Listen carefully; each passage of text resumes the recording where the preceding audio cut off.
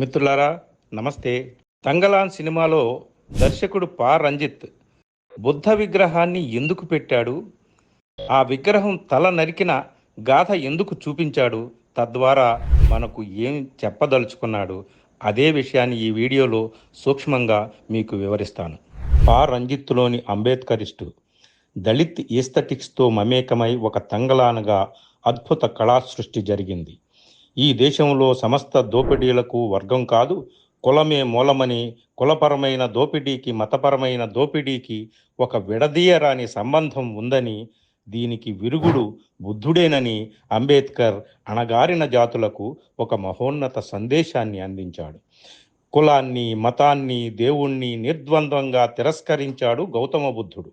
అందుకే లేని దేవుణ్ణి అడ్డం పెట్టుకొని కులమతాల పునాదుల మీద తమ దోపిడీని యుగాలుగా సాగిస్తున్న పురోహిత వర్గాలకు శత్రువుగా మారాడు బుద్ధుడు. మరోవైపు తమ దోపిడీకి కారణమైన మాయపూజారుల మాయదేవుడిని తమ హృదయ పీఠాల మించి కూలదోసి అక్కడ శాక్యమునినే, అంటే బుద్ధుడినే తమ దేవుడిగా అణగారిన జాతుల వారు ప్రతిష్ఠించుకున్నారు. అందుకే గౌతమ బుద్ధుణ్ణి ఆయన గుర్తులతో సహా ఈ దేశంలో నామరూపాలు లేకుండా మటుమాయం చేయడానికి ఆ పురోహిత వర్గాలు పన్నాగం పన్నాయి. ఆ కుట్రలో భాగంగానే గౌతముడు ఆయన అడుగుజాడలు పడిన సకల భూభాగాల నుంచి తరిమివేయబడ్డాడు. మనువాదుల మారణ హోమంలో ఈ దేశంలోని బౌద్ధ భిక్షువుల తలలు నరకబడ్డాయి. వారి రక్తంతో ఈ దేశంలోని నదులు, సముద్రాలు ఎరుపెక్కిపోయాయి. అందుకే మహానుభావుడు అంబేద్కర్ ఈ దేశ మూలవాసులైన దళిత బహుజన జాతులకు బౌద్ధాన్ని తమ మతంగా మార్చుకోమన్నాడు, బుద్ధుని తమ దేవుడిగా మలుచుకోమన్నాడు. ఇక ఈ సినిమాలోకి వస్తే, బంగారం కోసం, అంటే తాము కోల్పోయిన భూమి కోసం బానిసలుగా వేట సాగిస్తున్న దళితుల కథ చెబుతూ పా రంజిత్ ఈ భూమికి మూలవాసులైన దళితుల నేపథ్యంలోకి, వారి మూల గాథలోకి వెళ్తాడు. వారికి ఆరాధ్య దైవంగా ఉన్న బుద్ధుని విగ్రహం తల నరకమని ఒక పూజారి ఆగ్రహంగా ఆదేశించడం ఈ సినిమాలో అద్భుతంగా సింబాలిక్గా చూపిస్తాడు పా రంజిత్. బంగారం వేటలో మృత్యువుతో సాగిన పోరులో దళితులు తెగిపడ్డ బుద్ధుని తలను అతని మొండానికి అతికిస్తారు.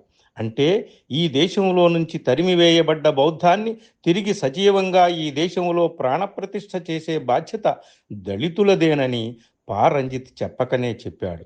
బుద్ధుడిని ఈ దేశంలో తిరిగి బ్రతికించడం అంటే దళితులు తరతరాలుగా కోల్పోయిన సమస్తాన్ని తిరిగి సాధించడంగా అర్థం చేసుకోవాలి. దీన్నే అణగారిన దళిత జాతుల అస్తిత్వ పోరాటంలో అతి గొప్ప విజయంగా దర్శకుడు మనకు చెబుతున్నాడు. అదే అంబేద్కర్ దళిత జాతులకు చూపిన ఏకైక మార్గం. బుద్ధుడు అంటే కేవలం విగ్రహం కాదు, అది తరాల అణచివేతపై ఒక జాతి మొత్తం తిరుగుబాటుకు సంకేతం లాంటిది. ఈ మొత్తం సినిమాలో బుద్ధ విగ్రహం, ఆ విగ్రహం తల నరకడం, దాన్ని తిరిగి ఈ దేశ మూలవాసులు అతికించడం, అంబేద్కరిజంలోని అతి గొప్ప ప్రాణసారాన్ని కొన్ని నిమిషాల దృశ్యాలలో చైతన్యవంతంగా ఆవిష్కరించాడు దర్శకుడు పా రంజిత్. అంబేద్కర్ బౌద్ధాన్ని ఎందుకు స్వీకరించాడో, ఆ బౌద్ధాన్ని తమ జాతి మొత్తాన్ని స్వీకరించమని తన చివరి సందేశంగా ఎందుకు అందించాడో అర్థం చేసుకోమని పా రంజిత్ అతి గొప్పగా ఈ సినిమాలోని కథలో మెలిపెట్టి మనకు చెప్పాడు. అంబేద్కరిస్టులమని చెప్పేవాళ్ళు బుద్ధుడిని పక్కన పెడితే అంబేద్కర్ని కూడా పక్కన పెట్టినట్టే. ఈ విషయంలో పా రంజిత్ అసలు సెసలు అంబేద్కరిస్టు. మిత్రులారా, ఇది ఈ సినిమాలో బుద్ధ విగ్రహం మనకు చెబుతున్న కథ.